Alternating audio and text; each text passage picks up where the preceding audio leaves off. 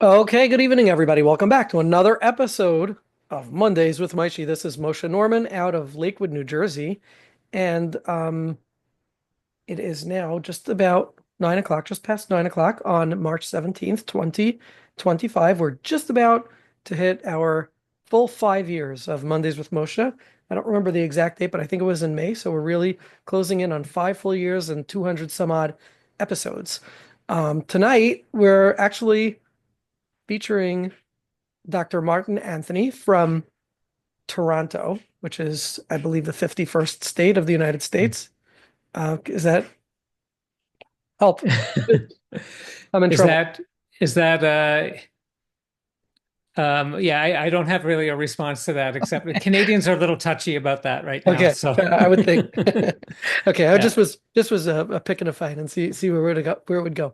But Dr. Anthony is a professor and chair of the Department of Psychology in Toronto Metropolitan University. And I was telling him before the show that I do have some investment in Toronto, Canada. I do have family there, and so I wouldn't want to revoke their status. So let's keep Canada for now until it needs to be part of something larger.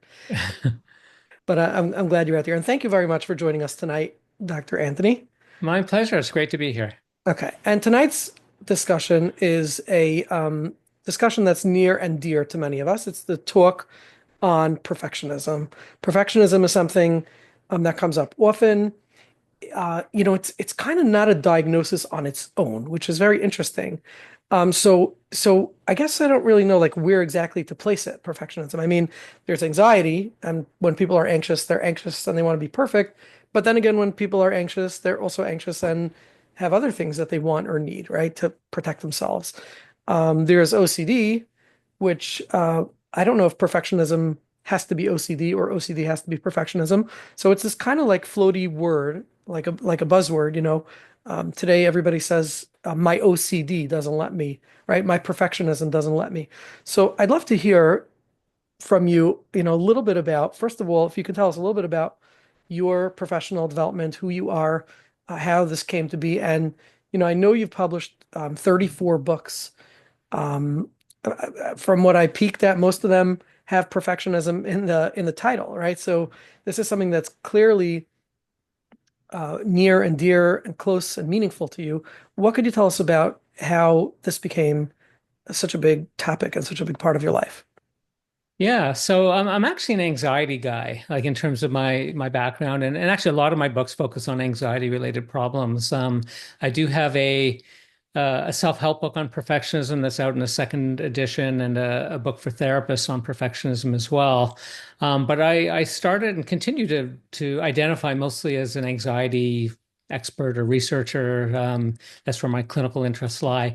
And I kind of got into perfectionism by accident. So I was presenting shortly after I finished my PhD, so probably in the um, mid to late 90s. I was just presenting some data at a conference on perfectionism across anxiety related problems.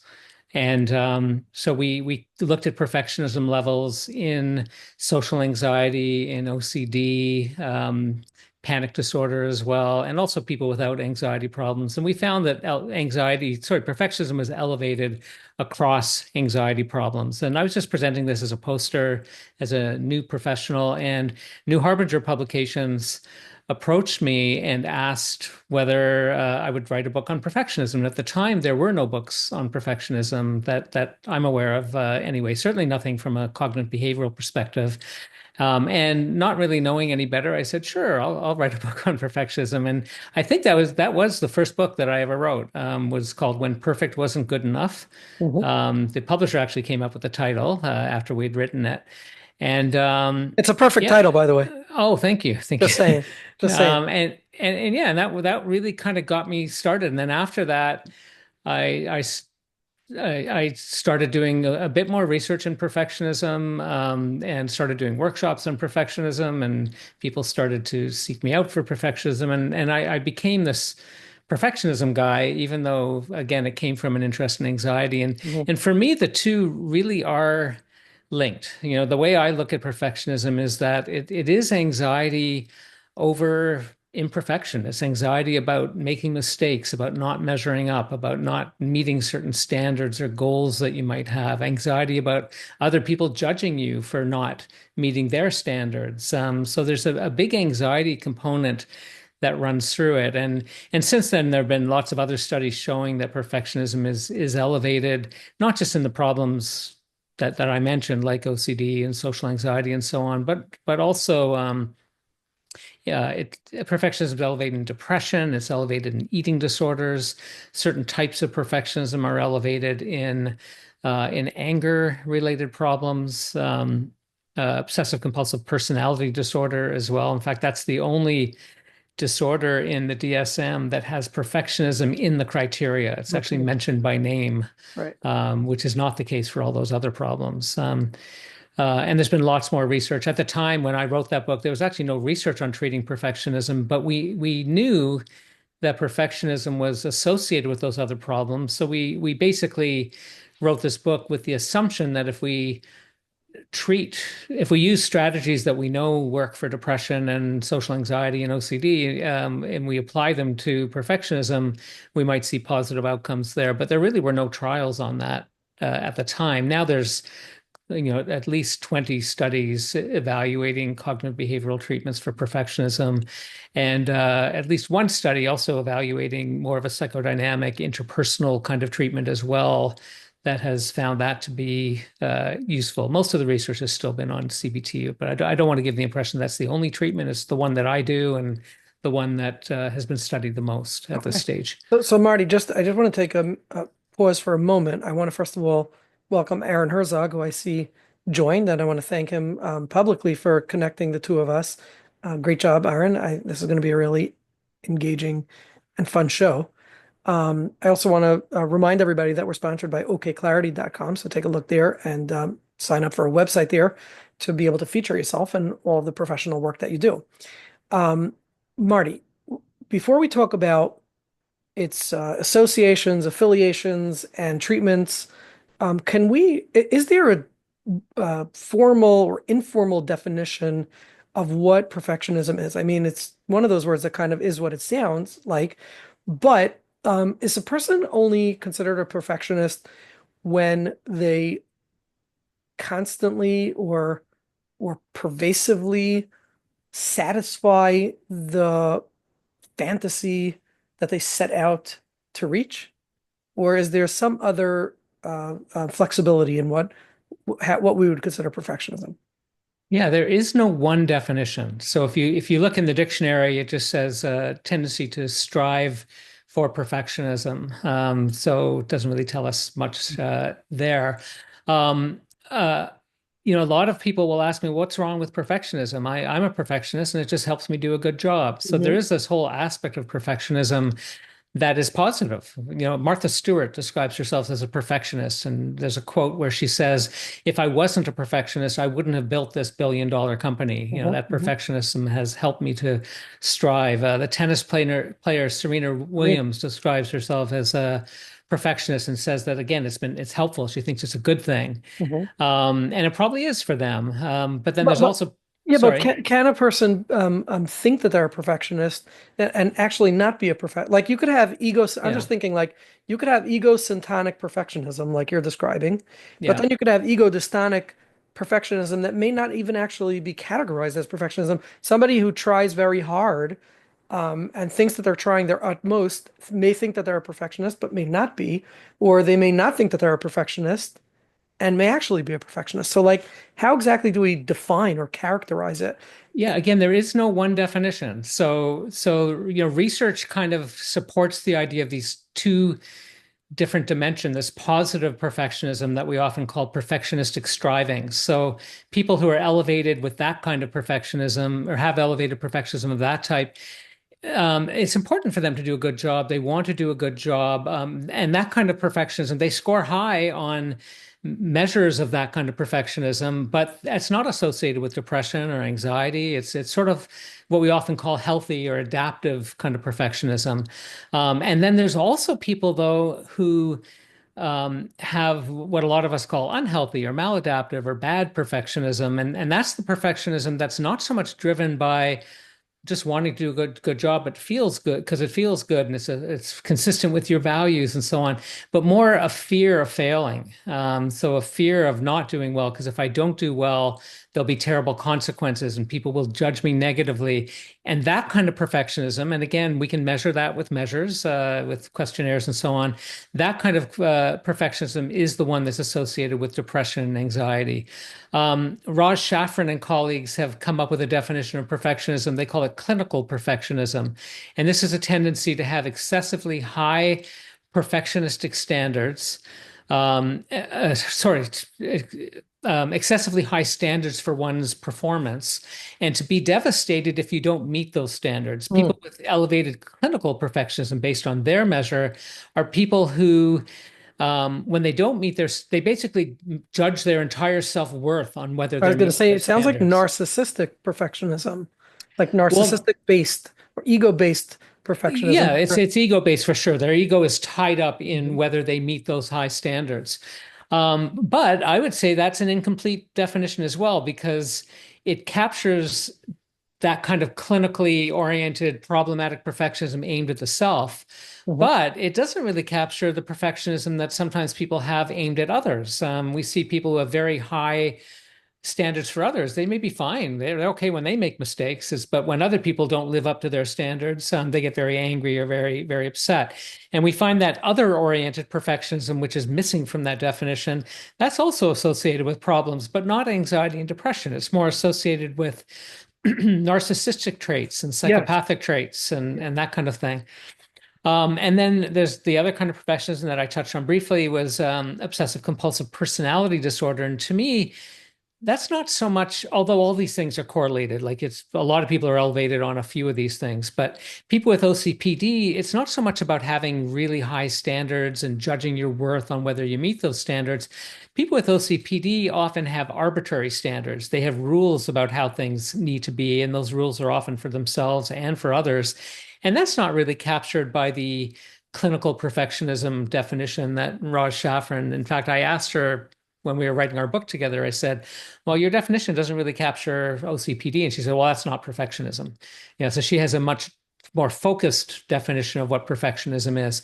So, that's the long answer, is that there is no one definition. The Mhm. dictionary and Raj Shafran and the DSM and the folks who have defined two different types have all So it described sounds it like in. almost a subjective diagnosis. Like if my perfectionism is highly ego dystonic, then we can call it perfectionism. Hmm. And if it's bothering me and I hate it that I work so hard, then Yeah, it it's may not be problematic. bothering you, but it may be destroying your relationships. Mhm. So that's one thing about when I've seen people with elevated perfectionism, they're ambivalent about overcoming it because on the one hand, It serves them uh, some way. yeah, on the one hand, it serves them. They're afraid we're going to take away all the aspects of it that serve them well. There's a lot of people, and of course, I'm seeing people who are seeking treatment, and then there's all the people who aren't seeking treatment as well. So in some ways, I'd say it's like substance use problems in that they can be causing problems for people, but people may not recognize that they're causing problems. They know that they're depressed, and they know that their relationships are struggling, and they know that people at work don't get along with them, but they don't necessarily see the perfectionism as the problem. They often do, but they may not. So I'd say it's a bit of a mess right now, the Mm. literature, and and there again, there is no disorder called perfectionism, which also makes it complicated from a DSM perspective. I kind of like to see, it's again, I think it's a few different things. And I think those things are on a continuum from, Yeah. at the one extreme, not having enough. I see people sometimes who say, I wish I could be more detail oriented, more perfectionistic. I'm so scattered and unorganized. And, I always recommend that they read my book and do the opposite of everything it says. Um, and I'm joking, but um, they the but they struggle with it as well. But it's kind of, again, it's too little. Then there's people who have too much of it to the point where it's paralyzing them. They're procrastinating. They're second guessing everything they do. They're depressed because they're not meeting their high standards. And then there's everybody in between on that continuum where maybe we all have areas where we're perfectionistic, but we're able to manage it. It doesn't interfere with our lives and so on. Okay. I just want to remind everybody, for those of you who have questions or comments, first of all, for those of you who could turn on your videos, please, let's see some faces here, and get some nonverbal feedback. Thank you to those who already have. And for those of you who have any questions or comments, please click the React tab on the bottom of your screen, raise your hand, and we'd love to hear from you. Marty, I'm really struggling with this, and I'll tell you why. When we talk about perfectionism, from my, dynamic, psychodynamic lens, to me, it seems like a coping mechanism, or, defense mechanism, strategy, for something greater, right? And when I think about, let's say, social anxiety, okay, so I spent most of my life having stage fright, performance anxiety. And so if I have to get up and perform, I become paralyzed. Okay. Besides Mondays with Moshe for some reason, but that's its own discussion. So I used to become paralyzed getting up and performing.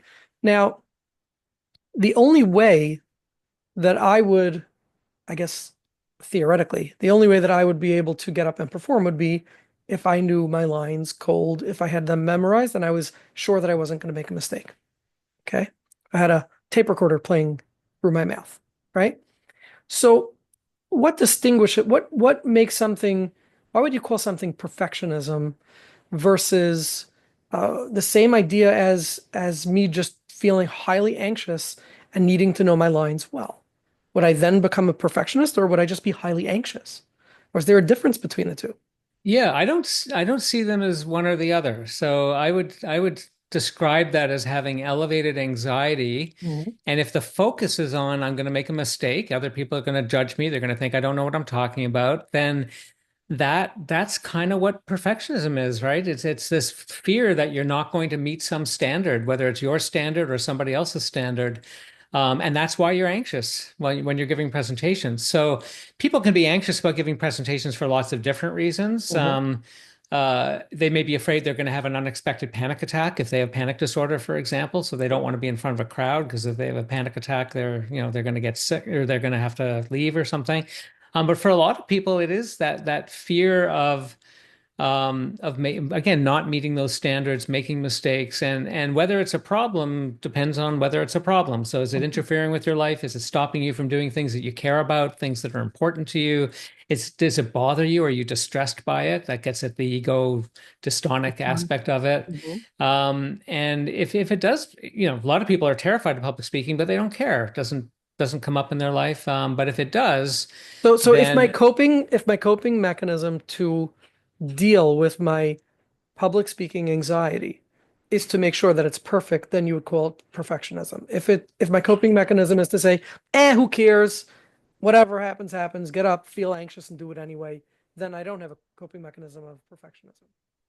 yeah, so I wouldn't describe perfectionism as a coping mechanism. What I would describe as the coping mechanism is the avoidance, the safety behaviors. So over preparing, making sure that all of your lines are memorized and having it all written out and over rehearsed. Those are the coping mechanisms. The perfectionism is the trait that both contributes to your anxiety, that desire, that need to have to meet those high standards. And that perfectionism drives the coping behaviors, the safety behaviors, the avoidance, and so on.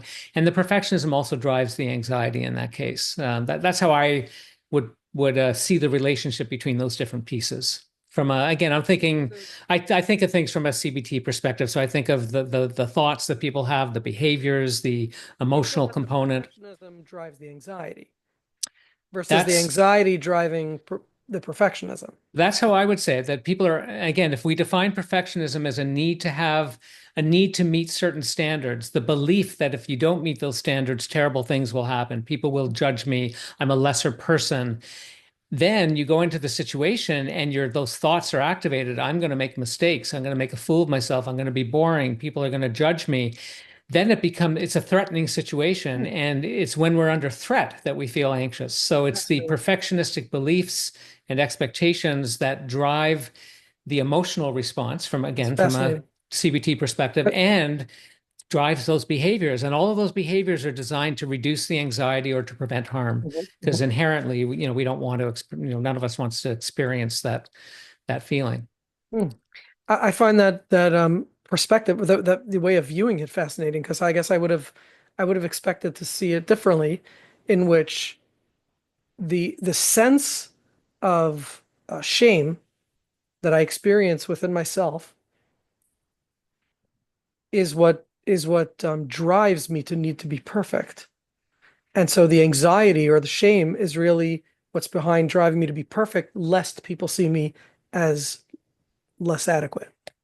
Yeah. So the I guess there's different again, I'm thinking from a CBT perspective, there are different levels of cognition. So there are what we, from a CBT perspective, core beliefs. Mhm, An example would be this belief that I'm inadequate, I'm a mhm, failure, I'm a loser, which probably is associated with emotions like shame. mhm. And then there's the more uh, situation specific beliefs that people have. I'm going to make a fool of myself. We might call those negative automatic thoughts, for example, Mhm. and those are in a more immediate sense the uh, types of beliefs and thoughts that contribute to the anxiety in the moment. Moment. Mhm. And that perfectionism can be probably phrased as a more deeply held belief as well, either a core belief or what cognitive therapists sometimes call uh, an assumption. For example, this belief, I have to be perfect, for example. Mhm. But that can stem from a more deeply held core belief, which might be um, kind of more in line with the kind of thing that you're thinking about when you think about shame. So, one type of belief can give rise I guess, to more deeply held emotional kind of states that are always kind of there in the background, but also those more immediate emotional states, a panic attack in a during a presentation, for example. Okay, fair enough. Okay. Marty, OCPD. Is that a definition? Is that another form of perfectionism, or are the two not necessarily related? I think they're related. I think OCPD is also well, it depends if you're looking at Raj Shafran's definition, which is very specifically having impossibly high standards and you having your self-worth be wrapped up in whether you meet those standards, OCPD overlaps with that, but it's different. Like it's not the same as that. You can have OCPD and not have that, and you can have that. I've seen lots of people who have to get an A on every exam and they feel like they're a failure if they don't, but they don't have OCPD. Like they don't have Mhm. a lot of rules about how Right. things. So they're different, but they also overlap. A lot of people have both.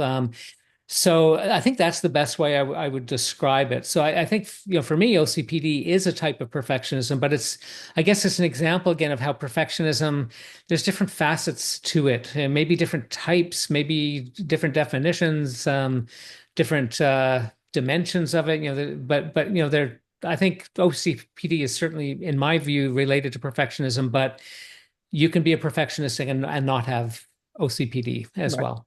Okay. Yeah. So, but I'm just thinking like the must be, right? The must rules of the OCPD is that a form of perfectionism, I guess, is really the question. Yeah, yeah. The fact And that we it also has see, to, it yeah, but has we to also reach that see, standard. Go ahead. yeah, we also see must rules with people who don't have OCPD. The way and this may be simplistic, but the way I often think about it is the Raj Shafran kind of clinical perfectionism that I described, where your ego is wrapped up in whether you're meeting these standards and you're worthless if you're not meeting them. I think of that as having impossibly high standards. And when I think of OCPD, it's not necessarily high standards. It's about having arbitrary standards. So the person with OCPD, they always have to sit in the same seat because if they don't, it just doesn't feel right. These are people who walk into my office and have to straighten the pile on my desk, and my pictures are crooked. And so there's rules about how things should be and shouldn't be, but it's not so much about excelling. It's more about meeting my rules about how things should be and shouldn't be, should or shouldn't be. And my rules may be completely different than everybody else's. They're arbitrary in a way. So that's how I think about the differences. And again, I don't want to artificially separate those because a lot of people who have OCPD would also resonate with that kind of clinical perfectionism definition as well. Like Mhm. people can certainly have features of both of those, but they don't have to. Mhm. So. Okay. I want to turn a little bit. Somebody I see put a question in the chat box. If you have a question, please just raise your hand. Or if you can't raise your hand because you're on a phone or something, just unmute and call out. But otherwise, raise your hand. Uh, Yeah. So I can read the question. uh, We can argue that this is also your inner child and how you were raised with this system of perfectionism or shame. You were taught these concepts, in my opinion.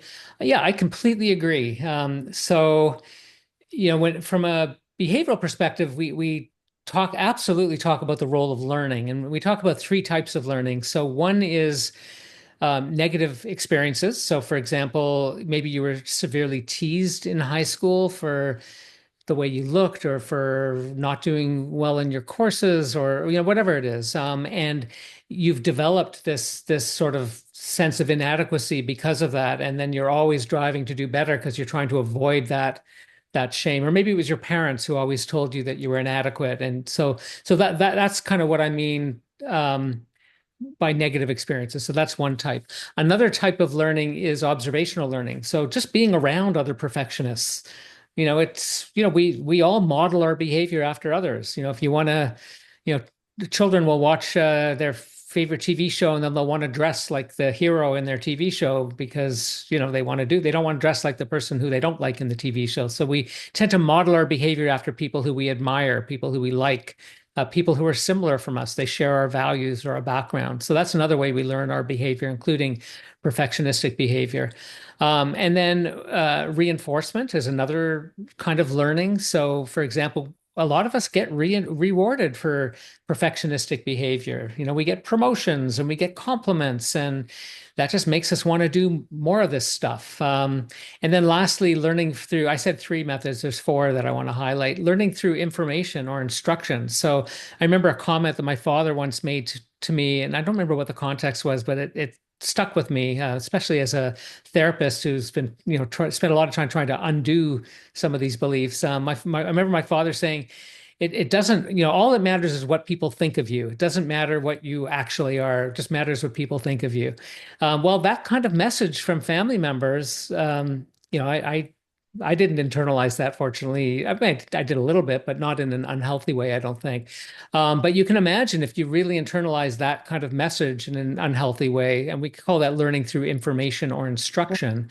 That's another way. So all of these relate very much to what you described there. Now, from a treatment perspective, I just want to make the distinction that what initially caused a problem, so say it was the way I was raised as a young child, that's not necessarily what's maintaining it now. And again, this is from a CBT perspective. So we might distinguish between the sort of distal factors, the long ago factors that triggered the problem, and the proximal or more recent factors that keep it going. One metaphor I use with clients sometimes is the metaphor of putting out a fire.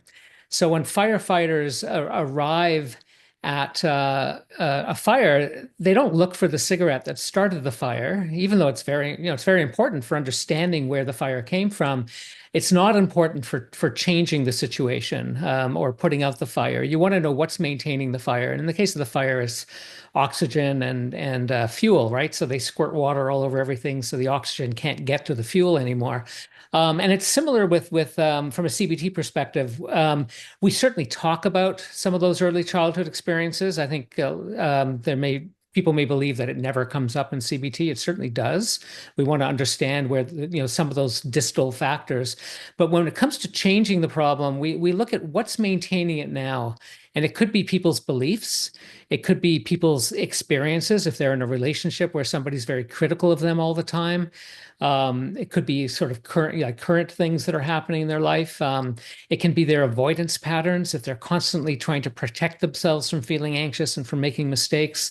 We know that can keep anxiety alive over the long term. So those are the sorts of things from a CBT kind of case conceptualization or formulation that we look for, and then we design a treatment that helps people to change those beliefs and change those behaviors, to let go of some of those tendencies that they maybe have had for a long time. So okay, so yeah. you were just talking about the kind that were introjected, at a young age from parents or other people. somebody who watched, say, their parents or their uh, um, primary caregivers behave in perfectionistic ways and sort of interjected that and is now perpetuating that. But what about some of the other learned behavior? I mean, if somebody learned this through informational learning, shouldn't it be a lot easier to change, or are you going to go again with that same maintenance problem? What's maintaining the problem today? That's a good question. We would use the same approach, what's maintaining it, because whether it was your parents telling you you should be perfect or your parents criticizing you, Mhm, those are, again, those we would see those as things that initially triggered the problem, but not mhm, necessarily what's keeping it alive currently. So I think either way we would take the same approach. What I can say, and we don't know, like you asked the question, which we don't know the answer. So do depending on the type of onset or the causal factors, does treatment work better or worse? And we don't know with perfectionism. Nobody's done that research. We do know with phobias. So, for example, there was a study out of Sweden looking at whether a phobia had a traumatic onset versus not. So, was the person bitten by the dog, or are they just afraid of dogs and they have no idea why they're afraid of dogs? And whether there was a traumatic onset did not seem to be related to outcomes, and in this case, it was with an exposure-based treatment where people practiced being around dogs or driving or being in high places. So that's the closest I can come to having evidence. And clinically, anecdotally, I haven't noticed um, differences between different types of onsets and how well people have done a treatment. But I also wasn't looking for it, so I mhm, I, mhm. I may have had some sort of bias and missed it if it was there Can you potentially. give me an example of something that would maintain this pattern?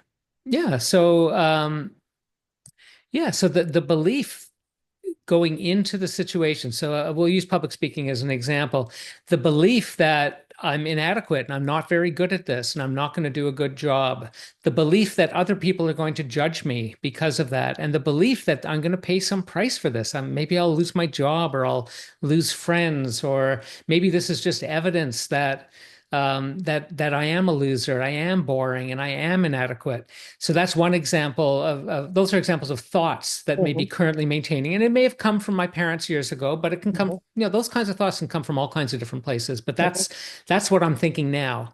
The other thing is my behaviors. Am I over preparing? Am I um, spending hours and hours preparing for this presentation? Am I avoiding presentations? Am I calling in sick on the day that I had to give a presentation in a meeting or something? All of those things, those kinds of behaviors, we call them safety behaviors. They're good for reducing anxiety and fear in the short term. That's why we all do it. We all, whenever we're feeling uncomfortable, we do little things to feel more comfortable, and that's fine. That helps us to regulate our emotions. But if those behaviors are preventing you from learning what you need to learn, so if you let me give you a public speaking example. I used to be terrified of public speaking as well. So I remember my first professional presentation, and my mouth was dry, and I was uh, mixing up my words and losing my train of thought, and my heart was pounding. I remember all of that very clearly. It was just before I went to grad school.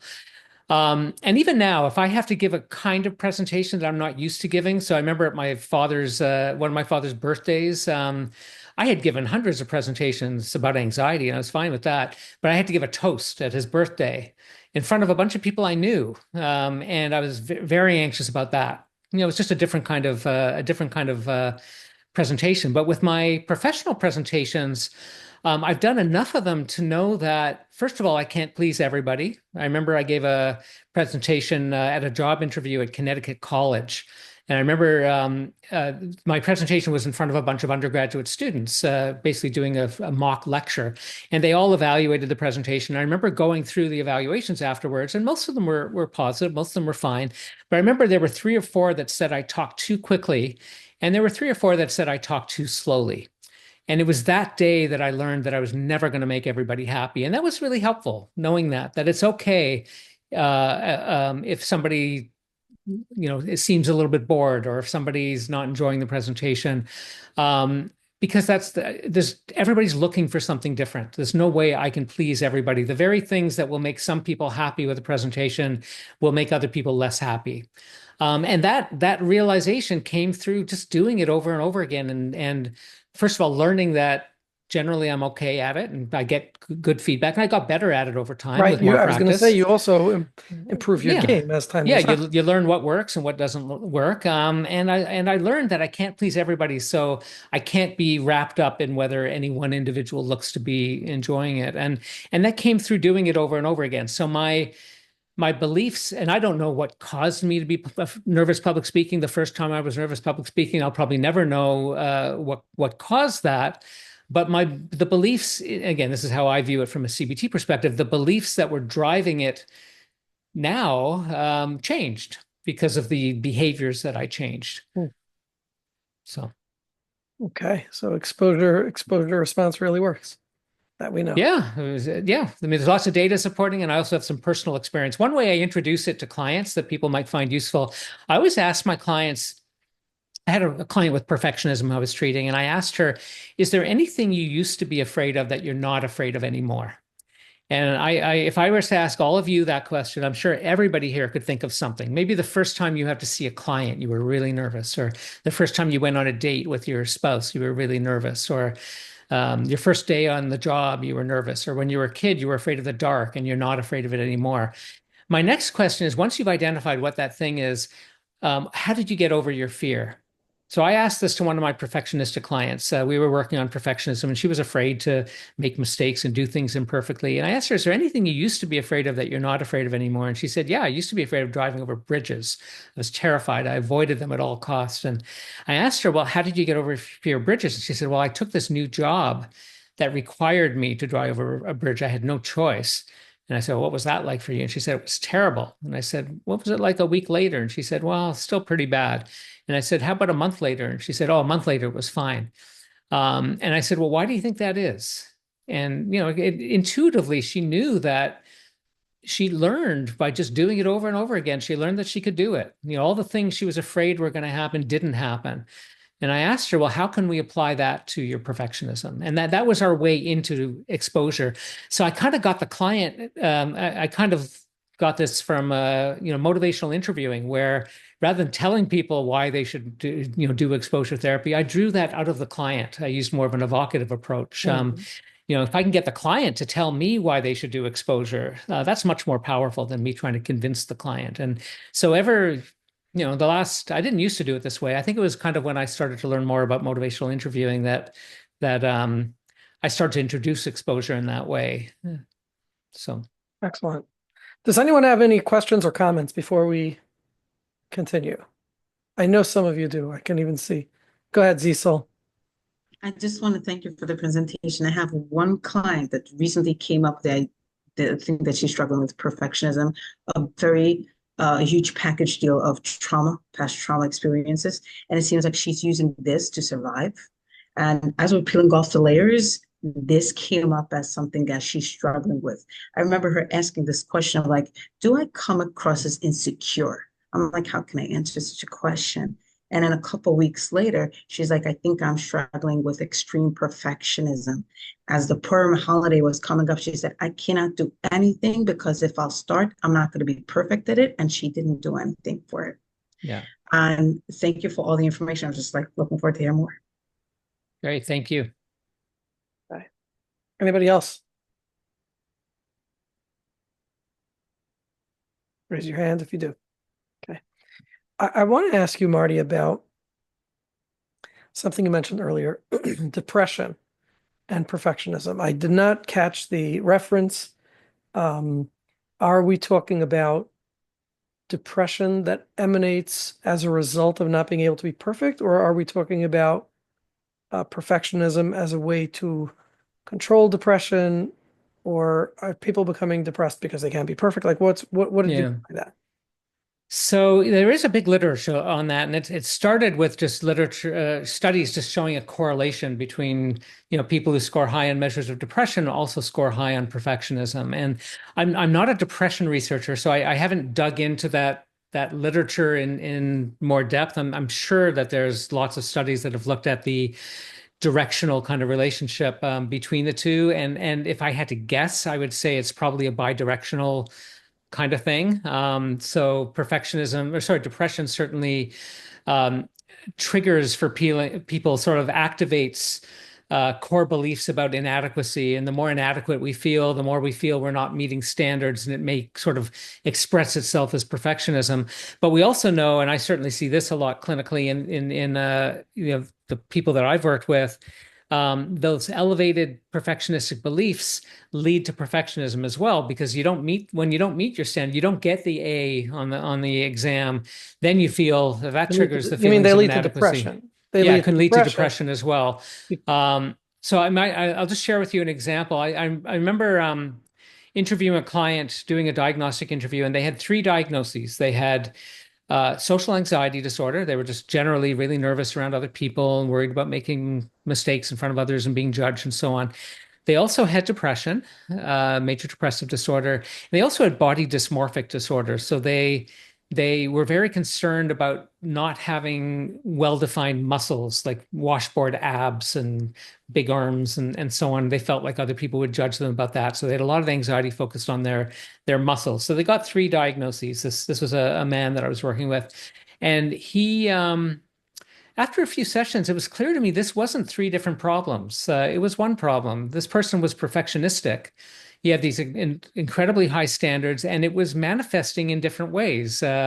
He was worried about being judged and making mistakes in front of other people. That was the social anxiety. He was worried specifically about being judged about his muscle structure. That was the body dysmorphic concerns.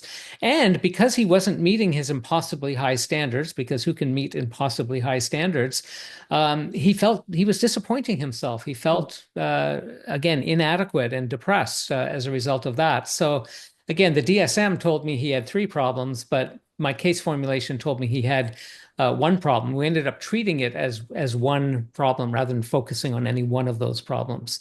We So focused on the you're treating the perfectionism. theme, which is that he needs to be perfect, that somehow in his mind he can only be acceptable if he's perfect. And Yeah. that theme was able, so you kind of knocked off the three birds with one stone by identifying the theme or the pattern. Yes. Yeah. Okay, so that's where now you're answering a different question of mine, which is what is the relevance or the value, the importance of identifying something as perfectionism versus it's an anxiety about this, Mhm. it's an anxiety about that. Now, what I'm hearing is that if we can use perfectionism as a common denominator, then we see it as a pattern of behaviors or some kind of theme, and it can be treated as such.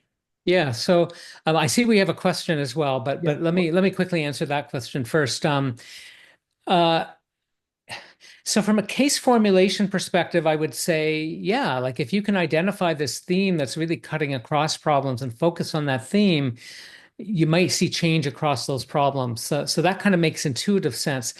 I also, for me, it's also really important always to go back to the data. What does the research say? And we don't, from a research perspective, we don't have a good answer to that because there's not really a lot of research in perfectionism. There's no research looking at focusing on case formulation versus a diagnostic kind of approach. Number one, and number two, we know from the anxiety literature that you might think that if you treat all the problems that the person has at once, you might get better outcomes.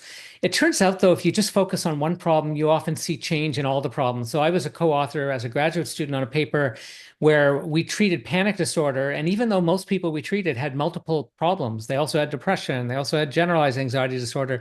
We just focused on the panic disorder and we looked at the impact on those other problems, and we found those other problems got better. So the findings, the outcomes generated to those other problems. So, in reality, part of me thinks maybe it doesn't. I want to think it matters. I want to say that if I hadn't focused on the perfectionism with this person, they wouldn't have seen the improvements that they did, but they may have. Like, I don't really know, to be honest. The research, my gut feeling is that they wouldn't have done as well, but the research tells me they probably would have. So, Okay. um, so I don't know for sure. That's Okay. a great question that needs to be answered better. Okay. Let's take the question from the mysterious iPhone.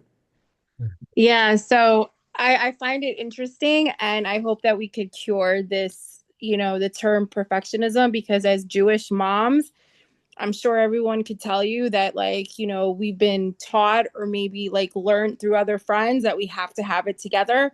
And with all the holidays and like people with like, presentation and this and how everything has to be a certain way, it kind of forces you to feel a little bit like, in comparison to other people and have that sense of insecurity. So, what would be something that you could tell somebody after seeing other people like, wow, they have it all? Like they were able to make their table so nice and their labels for their shalach manot or whatever it is.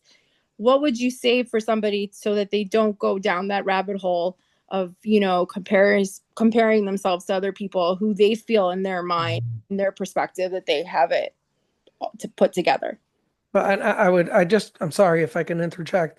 Would you agree with the stereotype, Marty, that Orthodox Jewish moms are more perfectionistic than other people? Is that even a true assumption?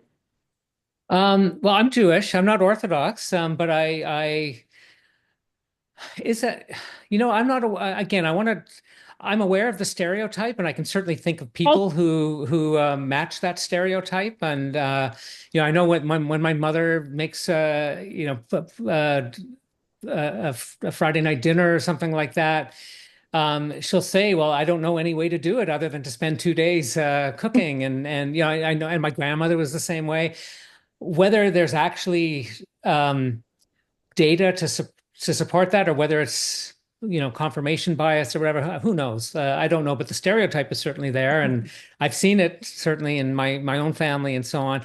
And I hear that with certain cultures. So I've worked with people from an Asian background who will tell me the same thing is very common in their culture. In Chinese culture, for example, to expect kids to excel. I remember my grandmother telling me a story that is a funny story, I think. She was telling me why my uncle, her son, became a lawyer. And the answer was that he didn't like the sight of blood.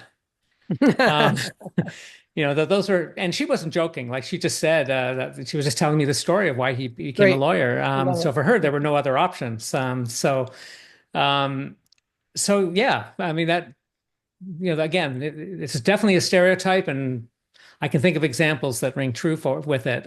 What would I tell the person? Well, a couple of things I want to say. One is, again, I want to be careful from a CBT perspective. I don't tell the person what they should be thinking. I do that with my family. If I disagree with them, I tell them that, this is what you should be thinking. With clients, we're more likely to use a Socratic approach. So asking them questions designed to help them to think more flexibly, to look at the situation from lots of different perspectives. So I'm going to answer that question not by telling them what I would think, but telling you what I would tell them, but rather telling you what I would ask them. So the questions that I might ask them include, are there ways that those high standards are helpful? Are there other ways that those high standards are not helpful? Which standards are helpful? Which ones are not helpful? Because we don't want to change the ones that are helpful. We want to work on the ones that maybe are getting in the way. And those ones that are getting in the way, what price do you pay for those? And what might some of the benefits be of changing some of those standards? Again, we don't need to change all of them. Some of those rules are helpful. I might ask the question, is there a way to think differently about the need to do a good job? So, for example, um, we talked about those two different approaches. For people who are again, take that perfectionistic striving approach where they want to do a good job because it feels good, it's fulfilling to them, and they're okay if they don't meet the standard. That's okay too, but they enjoy striving to meet that high standard. That's a different way of thinking about meeting the high standard than if I don't, that's going to be terrible. That is true. I might ask the person, what is the cost of comparing yourself to somebody? First of all, every single dimension, how well we prepare a dinner, how well we do on exams, how good a football player we are, how good a gardener we are, all of these different things that we can be judged on. On average, most of us are average for most of them. And for some of them, we're going to be better than average. And for some, we're going to be worse than average. I might ask, what are the costs of comparing yourself on a different particular dimension to someone who's way better than you? Well, we've done research, and others have as well, showing that when people do these upward social comparisons, we all compare ourselves to others. But if you're comparing yourself to someone who does it way better than you, we know that that leads to a negative shift in emotion. So there's a cost to doing that. Um, if you're comparing yourself to someone who's a little bit better than you, there might be some benefits to that because you might learn something from how they do things and it might motivate you to do a little bit better. But if you're comparing yourself to someone who's way better than you on a particular dimension, it doesn't, if I'm comparing my skills as a football player, first of all, I don't even, I'm so bad at football probably that I've actually never played it that like because it's not even something I would consider doing. But let's say Is it was anybody is important to me. anybody hearing some negative core belief here that needs to be worked on? Well, I remember playing golf once and I won the most honest golfer prize, which is the prize for the worst score. And I remember some pride in that because at least I got a prize. So yeah, I'm I generally guess not the athletic. reason you became a psychologist was because you couldn't hit a golf ball. Well, actually, the reason I became a psychologist because I didn't get into medical school. My Yeah. original plan was I did apply to medical school and didn't get in. So, but again, I was fine with that. I tell that story to clients sometimes. That I had this experience and where I didn't get into medical school. I applied 2 years in a row, and it was really what all I wanted to do. And I ended up going to psychology. What do you make of that? What do you think of that? I tell them about my organic chemistry course. It was a full year course, and I failed everything after the mid-year exam. What do you make of that? And again, I call that perspective shifting. Sometimes people, when they're thinking about themselves in a situation, they end up thinking all these horrible things about themselves. But when they step out of that situation and you step out of those shoes and they think about what advice would I have for somebody else in that situation? What might I tell them? It kind of helps them to think about it in a more balanced kind of way. So those are some of the reasons why I share those stories to see if people hold those same standards for other people. And if they don't, I can say, what does that say about those standards you're holding for yourself? Uh, so now you have to be careful because sometimes people hold the same standards for others that they do for themselves. Well, yeah, no, you sounds like you really blew it with medical school and makes sense. You should feel bad about yourself. But most people don't do that. A lot of people with elevated perfectionism have double standards. They have these impossibly high standards for themselves, but more generally, they don't for others. So I'm not sure if I answered. I can't remember what the question was now, but But hopefully, I'm hearing that a lot of the treatment focuses on identifying beliefs, core beliefs. Um, what are they called in CBT? negative Um, automatic thoughts and Automatic thoughts and assumptions. irrational beliefs, right? And Yeah. Now, I don't use the word irrational. I know Albert Ellis used the word irrational, and um, Beck talked about cognitive distortions. And distortions, right? yeah, I don't use those terms because I feel like they sound a little judgmental. They can make people Too feel worse. pejorative and will kick up defense mechanisms. Yeah, so I just Defense. talk about ways of thinking that aren't helpful to you. And we all do those ways of thinking from time to time. So I want to normalize them and really talk about ways of thinking that we all do from time to time. And you're doing it in situations that it ends up causing problems for you. But they're not. Again, there's nothing abnormal about those kinds of thoughts. They're happening maybe more often than you want them to, and they're happening in situations where the consequences of those thoughts are problematic for you. I also just want to add, even though I think in a cognitive way. I'm more of a behavioral therapist. I use cognitive strategies, for me, logic-based strategies, looking at evidence and filling out thought records, they can be helpful, but they're not the most powerful strategies that we have. For me, the most powerful strategies for changing thinking are the behavioral strategies. So let me So let me let ask me on just that. finish this. Let me just finish the sentence. What I call action-oriented strategies, learning through experience rather than logic. So behavioral experiments, for example, for me are some of the most powerful exposure therapy, those sorts of things. So sorry, yeah, let Yeah. me. So no, I want in the interplay, between psychodynamic therapy, behavioral therapy, and cognitive therapy. This is just a general question that I have on that. I have terrible public speaking anxiety, Suppose my terrible public speaking anxiety is because I feel so shameful, so inadequate because my mother used to tell me that everything I did wasn't good enough or whatever, something like that. So it's visceral. It's it's deep.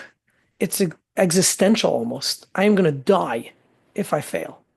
Okay. When you're taking a behavioral approach, and again, granted, I understand that if it's not so visceral and it's not so terrible, maybe somebody would expose themselves. I would compare this maybe more to my dog fear. I actually had terrible, terrible dog panic, dog anxiety, until I actually worked on it, and now I love dogs. But that was in my 30s when I did that. Okay. You couldn't pay me to go up next to a dog and stand there because the fact that you're telling me that I will get better at it if I change my behaviors and expose myself, right, is like telling me that if I throw myself into a burning hot fire, I'll eventually get accustomed, get used to burning hot fire. I'm not doing it. Not doing it. I can't. I can't. I can't. I'm freaking out just thinking about it, right? So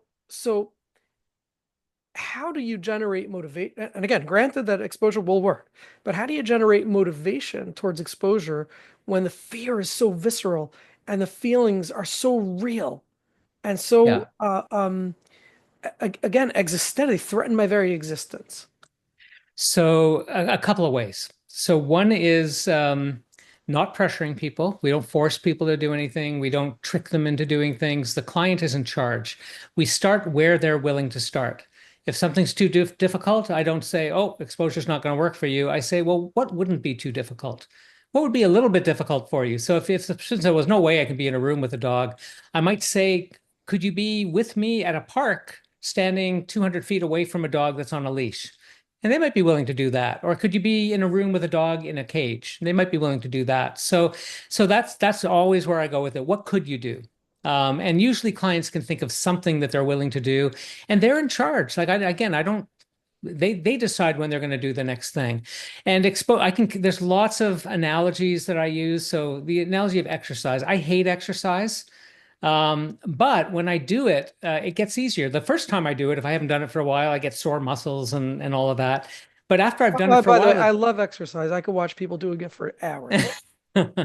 after if I get in a bit of a routine and I'm doing it, I actually I feel better afterwards, and I see the benefits. And exposure is kind of the same way, and people get that those kind of metaphors. And again, everyone has something. You have your dog fear. Everyone has something where they've used exposure, even if they didn't know they were using it, and they saw it work.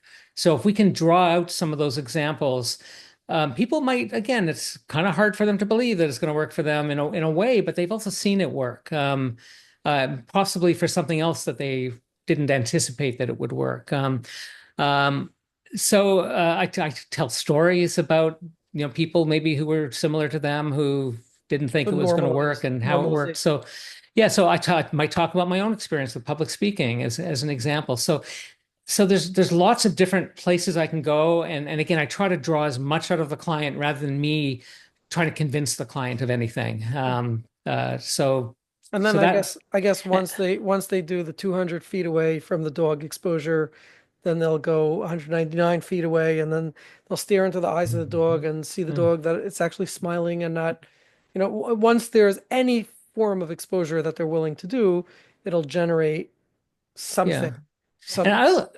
I also wanted to say exposure is not the only treatment. So I mentioned there's not a lot of research on psychodynamic treatments for perfectionism, but there's at least one study from Hewitt and Flett, who are they've done some of the most interesting. They're probably two of the biggest perfectionism researchers in the world. They haven't done a lot of treatment research until this more recent study, but their psychodynamic treatment was effective. Certainly with depression, any studies that have compared psychodynamic psychotherapies to CBT have found them to be equally effective. There's no difference. I have every reason to think that psychodynamic psychotherapy is not what I do. I'm not trained in it. I don't know a lot about it other than the little bit I learned in grad school, but which is almost nothing. But I have every reason to think that if there were head-to-head trials in perfectionism, we'd probably find similar outcomes, is what I would expect. So I just want to make that clear. I'm talking about how I do it and why I do it. And I have every reason to think that I don't think psychodynamic psychotherapy would work better than CBT, but I also don't think it would work worse than CBT, would be my guess if I had to put money on Right. No, what we would I see in think I'm just trials. asking a general question, and Yeah, in exposure treatment and things like yeah. that, No, those where are how do you great get the questions. motivation when when the person is so viscerally scared. Yeah. It's like almost the catch-22 in a sense, you know. Yeah. Sure, I want to, but you're going to ask me now to want to, and then I'm not willing to do because feels like it's putting my life out there. But I Yeah, I appreciate guess the my answer is more that if that's the case, and some clients will refuse. Not a ton. You'd be surprised. The refusal rate for exposure-based therapies is pretty low. No lower, like it's not lower than others, but it's also not higher than others. But for some people, they're just not, it's just not what they're going to do. And for those people, there are other options. So Okay. yeah. Okay, any last questions from the audience? Any last comments from Dr. Antony? Does anyone have any questions or comments? Any last thoughts, Marty, before we close up? Yeah, I'll just mention there's a question about things to look out for to treat it more effectively and so on. Um, this is a little bit self-serving, but there are a couple of, if you're interested in CBT, there are a couple of good books. So one is mine, When Perfect Isn't Good Enough. Raj Shafran, who's the colleague who I mentioned, she wrote a book published in the UK, but I think it's available through Amazon called Overcoming Perfectionism. She is much more cognitive. I'm a mix of cognitive and behavioral. She's very cognitive. And then Raj Shafran and I have co-authored a book with Sarah Egan and Tracy Wade, a CBT book, CBT for Perfection. It's called Cognitive Behavioral Therapy for Perfectionism, published by Guilford Publications. And if you're interested in that psychodynamic therapy, Paul Hewitt is the first author, and that book was also published by Guilford Publications. Oh, that's a book. I thought you said it's an article. Oh yeah, there's one article, there's two articles based on one study that they did, but they also have a book describing the treatment as well, published by Guilford. Okay. Yeah. I have a question. What do you do? Like you might be treating one anxiety, the social anxiety, and it goes to something else, and you realize this is very deep rooted. Like I'm just thinking of somebody who's not my direct client, but I keep hearing this. And this person is more frozen. He's been going to therapy a long time. They're treating different things, but he's like frozen and he's not really moving forward. So it's a hard question to answer, especially in like a couple of minutes. Like I'd want to spend a couple of hours with this client because the answer to that question is going to be different for lots of different people. I had one person I worked with who had depression and social anxiety, and he was actually a lot of times when people don't respond to treatments because they're not doing any of the homework, they're not engaged, they're not implementing the treatment. He was very motivated, really wanted to get better, was doing all of his homework, doing lots of exposure therapy, filling out thought records, and nothing was changing. And I got a phone call. He ended up dropping out of treatment eventually. He had been depressed and anxious for decades and had seen lots of therapists, and I was no better than the others for him. I got an email or a phone call from him about a year later that his depression, for the first time in his life, had lifted and his social anxiety has lifted, and he had become a big brother. And it was the first thing that he had ever done that gave him the sense of meaning in his life. And and he had what I consider to be a very meaningful job where he was really helping people in need, but he wasn't getting meaning out of that. And that was what it took for him.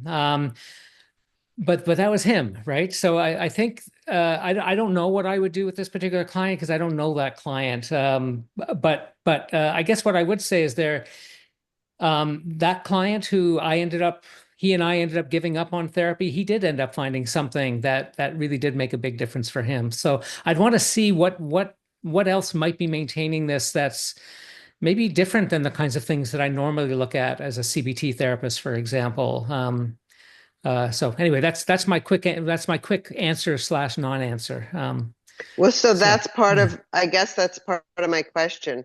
When you have a client that's not responding to this CBT type, what's the next level that you would go to? So there's not a next level. It's not like there's something that's more effective for people who have more severe or more treatment resistant fear. There's just different approaches depending on the formulation. I would revisit my case formulation maybe and ask what is it that's keeping this going, and maybe what am I not doing? I might ask for a consult with another therapist who maybe has a different approach, who might be able to provide some insight or some suggestions. So consulting with colleagues, but actually making sure the colleague meets with the person and gets to know them a bit, or at least having time to describe the case in some detail.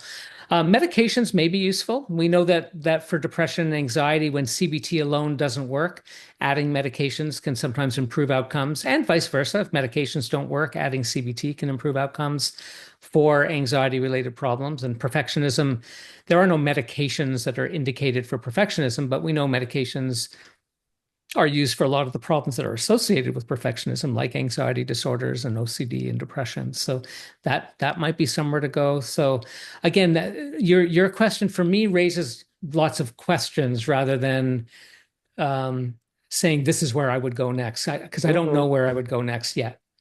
Okay. Thank you so Yeah. much. You're welcome. Okay, well, thank you everybody for joining, and thank you very much, Dr. Martin Antony, for this very insightful and enlightening discussion. Leaves everybody with something to think about and to be mindful of in the therapeutic process. I appreciate it. This was a really fun discussion. So Yes. I enjoyed it. Thanks Thank very you, much. and we'll see it on YouTube tomorrow for everybody who missed it tonight. Okay. Sounds good.